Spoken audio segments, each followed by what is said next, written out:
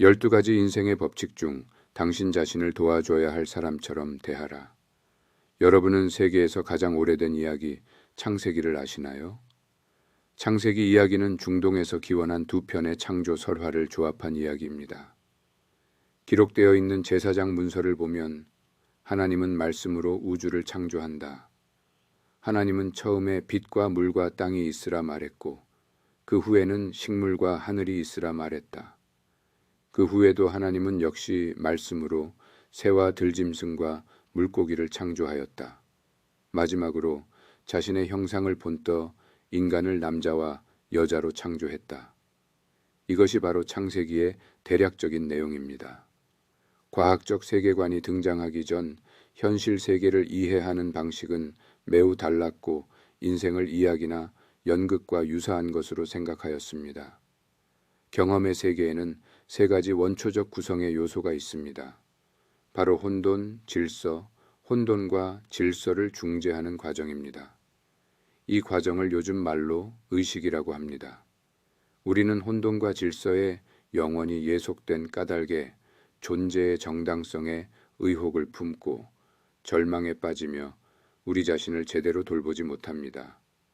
혼돈과 질서를 중재하는 과정을 이해하는 것이 그런 예속에서 탈출할 수 있는 유일한 길입니다. 혼돈은 모든 상태, 모든 생각, 모든 규율을 넘어 무한대로 끝없이 확대됩니다. 모든 것이 무너졌을 때 우리가 도착하는 곳이며 우리가 알지 못하고 이해하지 못하는 모든 것과 모든 상황을 의미합니다. 결과적으로 혼돈은 형태가 없는 잠재적 가능성이며 무시무시한 자유입니다. 반면에 질서는 탐험을 한 땅입니다. 지위와 신분, 권력에 따른 계급 구조가 수억 년 전부터 지배하던 영역입니다. 질서는 사회 구조며 세상의 움직임이 우리 예상과 기대에 들어맞는 곳이고 모든 것이 우리가 원하는 대로 진행되는 곳입니다. 질서 속에서는 모든 것이 확실하며 모든 것이 예정대로 진행되므로 새로운 것도 충격적인 것도 없습니다. 질서는 가치관대로 경험과 행동이 체계화되고 모든 것이 생각한 대로 진행되는 공간과 시간이지만 혼돈은 비극적인 사건이 느닷없이 터지거나 악랄한 누군가를 만났을 때 나타나는 새로운 공간과 시간입니다. 혼돈과 질서는 삶의 경험을 이루는 핵심적인 요소이며 존재를 구성하는 가장 기본적인 부분입니다. 우리는 질서의 세계에 살고 있습니다. 그 질서의 세계는 혼돈으로 둘러싸여 있습니다. 우리는 이미 알려진 영역을 차지하고 있고 그 영역은 미지의 영역으로 둘러싸여 있습니다. 혼돈과 질서라는 두 세계의 경계에 서 있을 때 삶의 의미를 찾을 수 있습니다. 생명체가 살아가는 환경과 조건은 혼돈과 질서에 의해 끊임없이 만들어집니다. 근본적으로 다른 두 세계의 경계에 서 있으려면 균형을 유지해야 합니다. 한 발은 질서와 안전의 세계, 다른 발은 가능성과 성장, 모험의 세계에 디디고 서 있어야 합니다. 어느 날 갑자기 삶이 새로운 의미로 다가올 때, 혹은 시간 가는 줄 모르고 무엇인가에 몰입할 때, 그 순간 바로 혼돈과 질서의 경계 한가운데에 서 있는 것입니다. 우리는 바로 이런 곳에 존재해야 합니다. 따라서 한 발은 이미 잘 아는, 이해하고 통제할 수 있는 땅을 디디고 다른 발은 잘 모르는 탐험을 통해 알아가야 할 땅을 디디고 있어야 합니다. 그러면 삶의 위험 요소들을 안전하게 통제하는 동시에 경계심을 늦추지 않고 깨어 있을 만한 곳에 자리를 잡을 수 있습니다. 그곳은 우리가 완벽히 익혀야 할 새로운 것과 더 나은 자신을 만나게 해줄 새로운 기회가 있는 곳입니다. 무엇보다 삶의 의미를 찾을 수 있는 곳입니다. 자신을 제대로 보살피려면 먼저 자신을 존중해야 합니다. 그러나 우리는 자신을 존중하지 않습니다. 스스로 타락한 피조물이라는 것을 알기 때문입니다. 우리가 진실하게 살고 진실을 말한다면 우리 자신과 타인과 세상을 존중할 수 있게 됩니다. 그래야 우리가 좋아하고 사랑하는 사람에게 하는 것처럼 자신을 대할 수 있습니다. 그래야 세상을 똑바로 세우려는 노력을 시작할 수 있고 세상을 지옥이 아닌 천국으로 이끌 수 있습니다. 요즘 사람들과 비교하면 2000여 년 전 기독교가 탄생한 지역의 사람들은 무척 야만적이었습니다. 어디에나 갈등과 충돌이 있었습니다. 로마의 경기장에서는 수만 명이 모여 목숨을 건 싸움을 구경했습니다. 유혈극은 다반사였습니다. 사회적으로 불안한 나라들을 제외하면 오늘날 선량한 시민이 살해당할 확률은 과거와 비교하면 매우 낮습니다.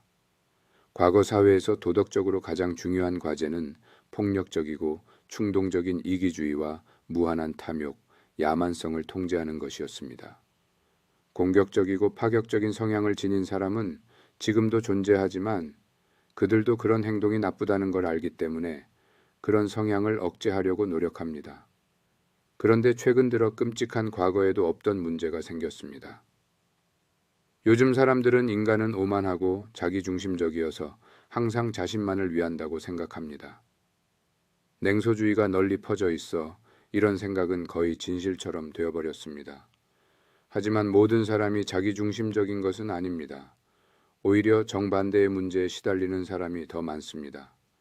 그들은 자기 혐오와 자기 경멸, 수치심과 자의식으로 괴로워합니다. 자기 도취에 빠져 존재 가치를 과장하기는커녕 오히려 자신을 깎아내리고 방치합니다. 결점과 부족함을 필요 이상으로 과장하고 자신의 가치를 의심하며 부끄러워합니다.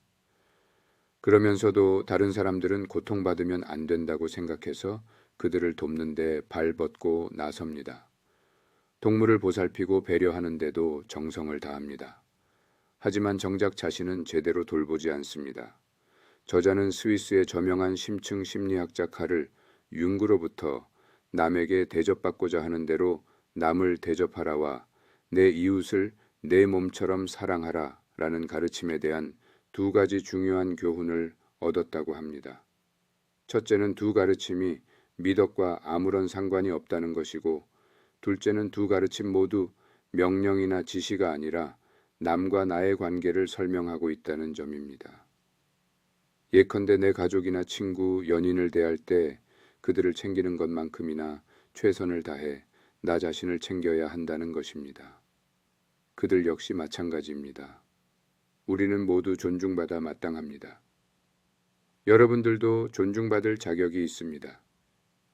여러분은 자신에게는 물론이고 다른 사람에게도 중요한 존재입니다. 여러분은 도도한 역사의 흐름 속에서 중요한 역할을 맡고 있습니다. 따라서 자신을 소중하게 생각하며 보살펴야 합니다. 여러분이 사랑하는 누군가를 세심하게 배려하듯이 여러분 자신도 똑같이 챙겨야 합니다. 나 자신을 책임지고 도와줘야 할 사람처럼 대한다는 것은 나에게 진정으로 좋은 것이 무엇인지를 찾는다는 뜻입니다. 내가 원하는 것을 좋은 것으로 착각하면 안 됩니다. 또한 나를 행복하게 해주는 것도 좋은 것이 아닙니다. 지금 여러분이 어디에 있는지 알아야 합니다. 그래야 미래를 위한 계획을 세울 수 있습니다. 지금의 여러분이 누구인지 정확히 알아야 합니다. 그래야 한계를 극복할 방법을 찾을 수 있습니다. 또 여러분이 어디로 가고 있는지도 알아야 합니다. 그래야 삶에서 혼돈을 줄이고 질서를 재정립하며 세상에 대한 희망을 품을 수 있습니다. 또 여러분이 나아갈 방향을 정해야 합니다. 그래야 여러분 자신을 다스릴 수 있고 결국에는 원망과 앙심과 잔혹성을 떨쳐낼 수 있습니다. 여러분만의 원칙을 명확히 세워야 합니다. 그래야 여러분을 부당하게 이용하려는 다른 사람들에게서 스스로를 지킬 수 있고 안전하게 일하며 삶을 즐길 수 있습니다. 자신을 어떻게 대해야 더 나은 사람이 될 수 있을지 생각하고 행동해야 합니다. 목표와 방향의 힘은 얕볼 수 없습니다. 목표와 방향은 넘을 수 없을 것처럼 보이는 장애물도 넘을 수 있는 길로 바꿔놓습니다. 그리고 기회의 문을 열어줄 강력한 힘을 가지고 있습니다. 여러분 자신부터 시작하고 자신을 보살피세요. 목표를 정하고 그곳으로 향하는 길을 걸으세요. 여러분 자신을 도와줘야 할 사람처럼 대하는 것, 여러분이 가장 먼저 해야 할 일입니다.